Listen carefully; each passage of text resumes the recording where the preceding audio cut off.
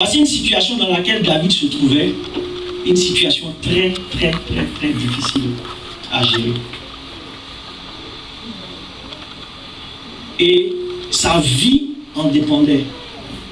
Donc ça veut dire que physiquement, les gens voulaient le tuer. Et il fut un moment même où il a fui. Il fallait qu'il se cache des hommes pour éviter qu'on le répète, qu'on le reconnaisse et qu'on mette fin à sa vie. Amen. Mais dans ce trouble, David s'est tourné vers une seule personne.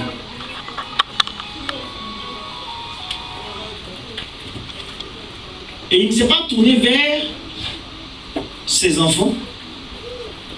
Il ne s'est pas tourné vers ses épouses ou ses concubines, mais il s'est tourné vers une personne à laquelle il savait parler.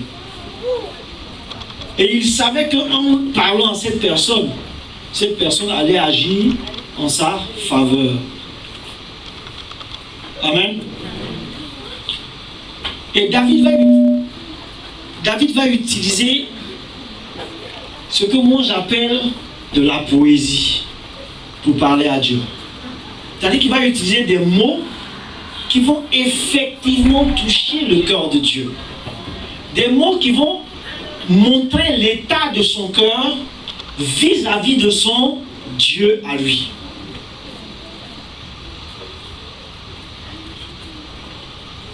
Et David va s'ouvrir. Il ne va pas retenir son angoisse. Il va même exprimer cette angoisse-là. Sachant que Dieu voit à son cœur, Dieu connaît l'état de son âme au moment où il lui parle. Mais il ne s'empêche pas d'exprimer cela à Dieu. Il ne s'est pas retenu. Et il a vraiment pleuré devant Dieu. Et il a utilisé des mots qui venaient d'où? De son cœur.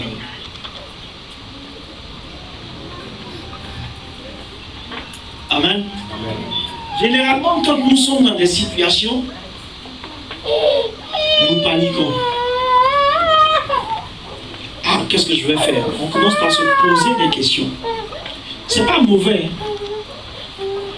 mais ce serait meilleur que pendant que nous nous posons des questions, nous sachions à qui les poser, au lieu de les poser à notre personne, que nous puissions les poser à qui de droit. Et celui qui est réellement de droit, c'est Dieu. Ce n'est pas moi, ce n'est pas la prophétesse, ce n'est pas ton mari, ce n'est pas ton épouse. David n'était-il pas marié? Lorsqu'il parlait ainsi à Dieu, il était déjà marié. Mais il connaissait la faiblesse de l'homme à pouvoir l'aider. Et il savait qu'en parlant à Dieu, Dieu allait intervenir en sa faveur. Parce qu'il savait que l'être illimité dans sa puissance et dans sa majesté, c'était Dieu. Il n'y a personne qui soit aussi puissant et aussi fort que Dieu. Il n'y en a pas. N'est-ce pas? Il y a quelqu'un qui m'a répondu une fois, il dit s'il y en a. Je dis c'est qui? Il dit c'est Jésus. Et puis il dit non, il y a un autre. J'ai dit mais l'autre là c'est qui? Il dit oh, toi tu fais comme si tu ne le connaissais pas. C'est le Saint-Esprit. J'ai dit mais toi tu m'as eu. Mais il a raison. Quand il a dit à Jésus,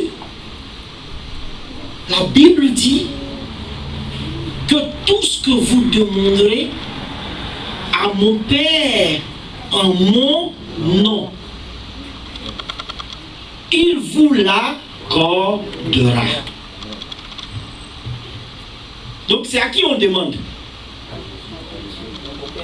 Non, on demande à Dieu, mais au travers de Jésus. Donc si toi tu devras prier, puis tu dis, et mon papa même, il m'a dit ça, donc Seigneur, il faut faire. Le Seigneur n'a pas fait.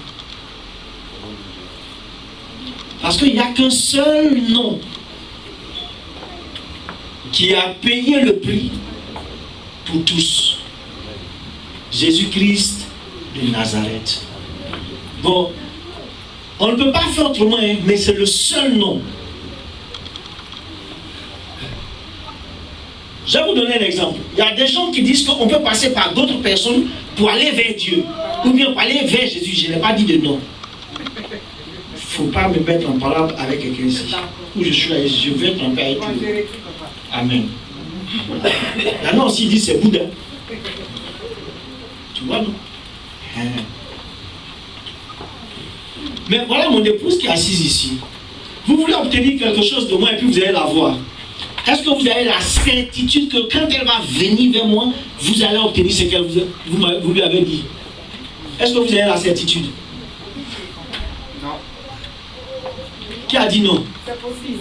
Attendez, j'ai dit, est-ce que vous avez la certitude? C'est-à-dire qu'être certain, c'est-à-dire qu'il n'y a aucun doute que vous allez avoir. Donc vous croyez que vous allez avoir, vous êtes trompé. Parce que ce n'est pas tout ce qu'elle va venir me dire qu'elle a dit oui. Non, il faut que ce soit clair. C'est ma femme, je l'aime, il n'y a rien à faire. Je suis fond de lui, elle n'a pas son début. Mais, il y a des fois, elle vient me demander quelque chose. Je sais que c'est un besoin, et puis je n'en ai pas. Je lui dis d'attendre. Est-ce que vous avez obtenu? Non.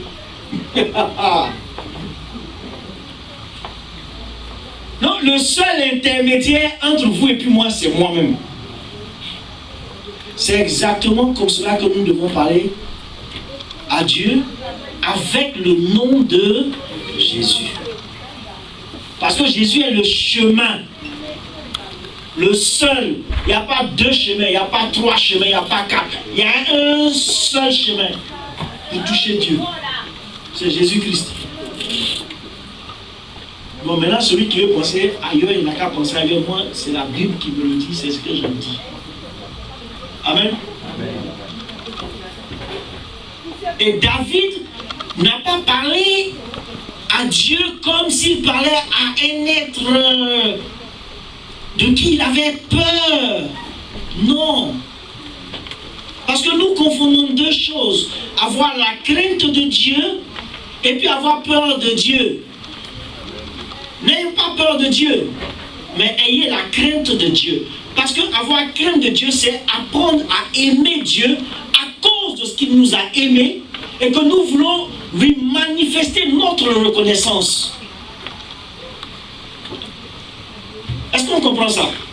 Maintenant, avoir peur de Dieu, c'est ce que Adam a fait lorsqu'il a laissé la femme qu'il aimait le confondre alors c'est lui-même, il n'a pas pris ses responsabilités, il dit c'est elle. Et puis il l'accuse. Donc du coup, quand il a su qu'il avait fait quelque chose de grave, qu'est-ce qu'il a fait? Il allait se cacher sans avoir peur.